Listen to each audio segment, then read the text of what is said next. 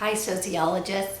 I wanted to talk quite briefly about the sociological imagination, the work from C. Wright Mills. It's going to be so pivotal in this course throughout the semester.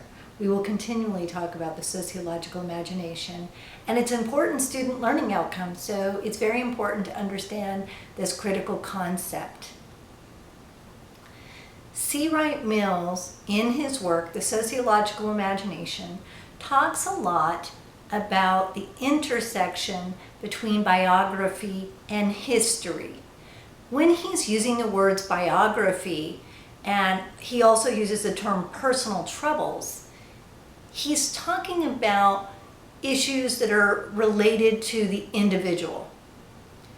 Now, he's also talking about history, and he talks about public issues. In that context, he's talking about the social structure.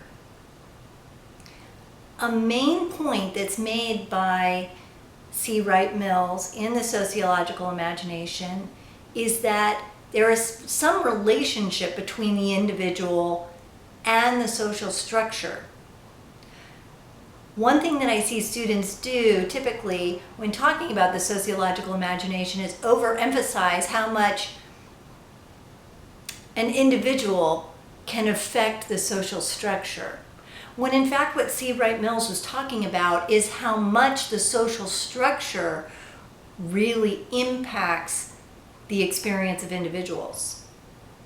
That's what he's trying to say, for the most part, is that the social structure has far more impact on our personal experiences than we typically realize. And it takes the sociological imagination to look outside of our personal experiences and find out those things that are happening in the social structure. That's exactly what he's talking about.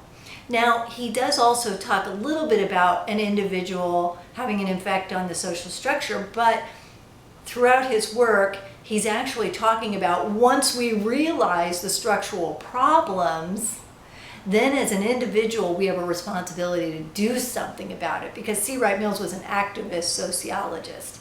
He didn't just think we should study society. He thought once we found problems, we should actually do something about it and solve them. So I hope this gives you a little bit more insight into the sociological imagination.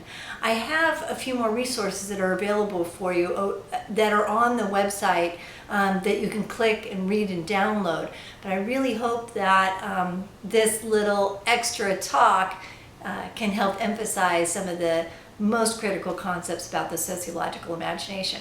Thanks.